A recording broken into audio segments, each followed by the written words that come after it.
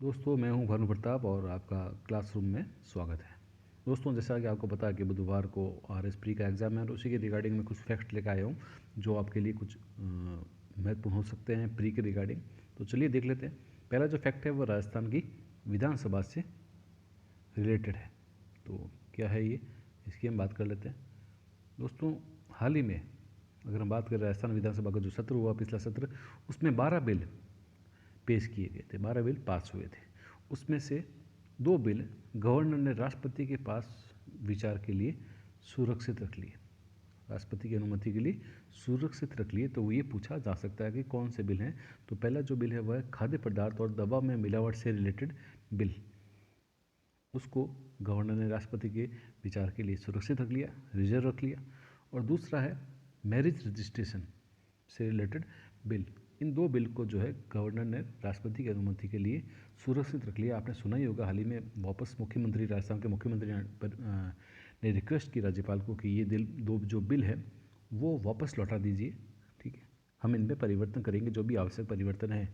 तो ध्यान रखना, आपको टोटल 12 बिल पेश किए गए, पास किए गए।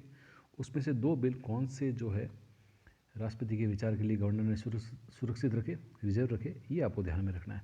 दोस्तों, इन बिल के सिवा 3 बिल पहले से राष्ट्रपति के पास राजस्थान की विधानसभा के द्वारा 3 बिल पास किए गए।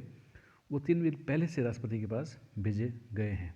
तो 3 बिल पहले से राष्ट्रपति को गवर्नर के द्वारा भेजे जा चुके हैं। कौन से हैं? तो वो है, एक तो 2019 का ऑनर किलिंग से रिलेटेड बिल, ठीक है। फिर दूसरा है लिचिंग से प्रोटेक्शन बिल 2019, और तीसरा है रिलीजियस फ्रीडम या धर्म परिवर्तन रोकने से संबंधित बिल।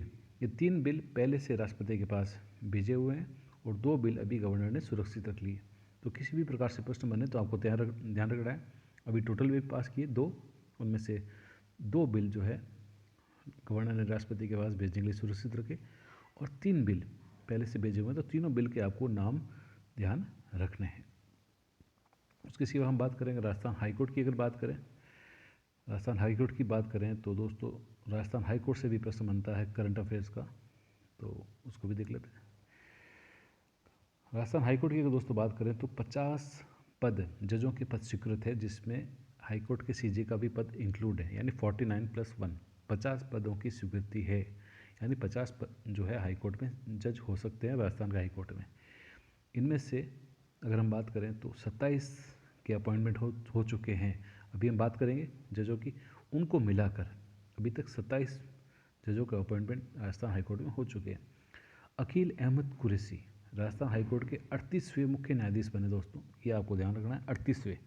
और राजस्थान के अगर भारत के सीजीआई की बात करें तो वो हैं 48वें, ये हैं 38वें। तो नंबर जो है वो भी पूछ सकते हैं, संख्या पूछ सकते हैं। तो अकील अहमद कुरैशी राजस्थान हाईकोर्ट के नए सीजे बने हैं, और ये ऐसे पहले जज हैं जिनकी पहले भी अभ्यर्थना भेजी गई थी, ठीक है, पहले भी अभ्यर्थना भेजी गई थी, लेकिन पिछली बार इनको नहीं बनाया गया, दूसरी बार वापस इनका नाम भेजा गया, और इस बार ये जो है राजस्थान हाईकोर्ट के सीजे बने हैं, ठीक है। इसके सिवा 5 जजों के अपॉइंटमेंट हुए हैं अभी हाईकोर्ट के अंदर, तो उनके नाम भी आपको ध्यान में रखने हैं। पहला नाम है मदन गोपाल व्यास, दूसरा विनोद कुमार भरवानी, तीसरा सुरेश बंसल, अनूप कुमार और फरजंद अली। इनमें आपको ध्यान में रखना है कि जो मदन गोपाल व्यास है और विनोद कुमार जी हैं, ये न्यायिक सेवा से आए हैं, जुडिशल सर्विस से आए हैं।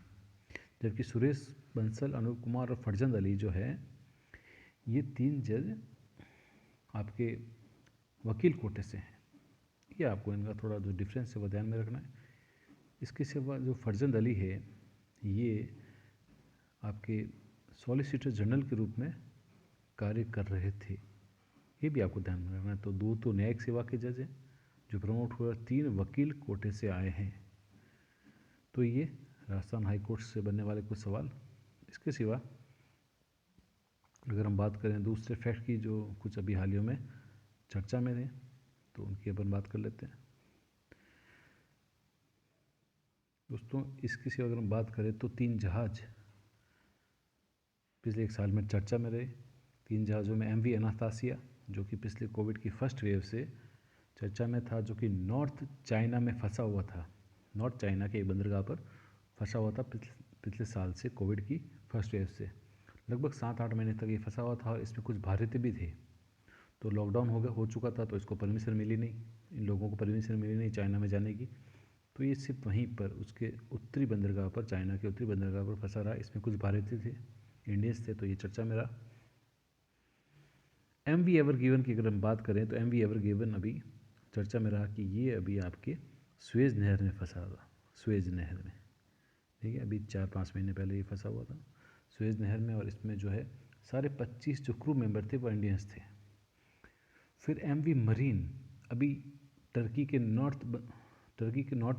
नॉर्थ में साइप्रस बंदरगाह पर कुछ परमिशन कारणों से, अनुमति के कारणों से फंसा हुआ था MV मरीन, जिसमें भी कुछ भारतीय भी थे और इसमें कुछ राजस्थानी भी थे। तो ये आपको ध्यान में रखना है, क्योंकि इन तीनों का जो संबंध है हमारे देश से है, तो आपको ये तीनों जहाज़ों के नाम ध्यान में रखना है। इसके सिवा 3 स्पेस कंपनीज है, प्राइवेट स्पेस कंपनी, जो कुछ लोगों को अभी स्पेस में लेके गई। इन कंपनीज के नाम, इनके जो ऑनर हैं, इनके जो मालिक हैं, इनके अपन देख लेते हैं। ब्लू ओरिजिन के मालिक हैं जेफ बेजोस, ठीक है। जेफ बेजोस की कंपनी है ब्लू ओरिजिन। रिचर्ड ब्रैंसन की है वर्जिन गैलेक्टिक, और आपको पता ही है एलन मस्क की है स्पेस एक्स, जो अभी कुछ लोगों को अंतरिक्ष में लेकर गई और अभी चर्चा में रही। इसके सिवा अगर हम बात करें कुछ और फैक्ट की, तो तालिबान का आपने सुना ही होगा, अफ़गानिस्तान में तालिबान आ गया वापस और अमेरिका चला गया। तो अमेरिका ने तालिबान छोड़ दिया, तो उसके रिगार्डिंग फैक्ट है दोस्तों। जो पंजशीर का आपने नाम सुना होगा, जहाँ से काफ़ी सालों से जो है तालिबान का प्रतिरोध किया जा रहा है।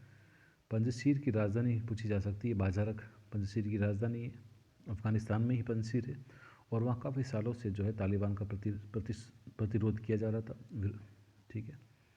इसके जो पुराने नेता हैं उनका नाम है अहमद शाह मसूद। इनकी मृत्यु हो गई है काफ़ी साल पहले, अहमद शाह मसूद, ठीक है, जिन्होंने जो है तालिबान के विरोध की अगुवाई की थी पंजशीर से, पंजशीर की राजधानी बाजारक, और उसके पुराने नेता अहमद शाह मसूद। इनके बेटे अभी चर्चा में थे, तो उनका नाम है अहमद मसूद और पिता का नाम है अहमद शाह मसूद। तो ये आपको थोड़ा ध्यान में रखना है।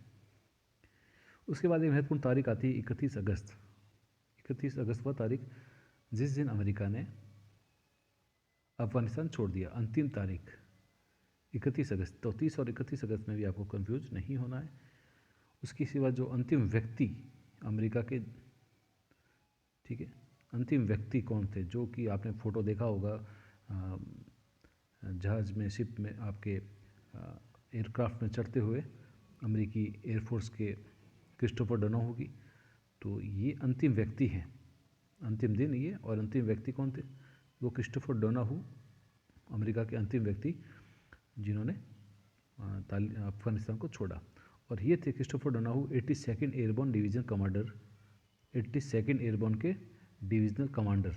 ये कुछ फैक्ट हैं जो आपको ध्यान में रखने हैं, जो कि आपके एग्ज़ाम के हिसाब से महत्वपूर्ण हो सकते हैं। चलिए आज के लिए इतना ही, फिर मिलते हैं अगली बार कुछ नए फैक्ट के साथ। तब तक के लिए धन्यवाद।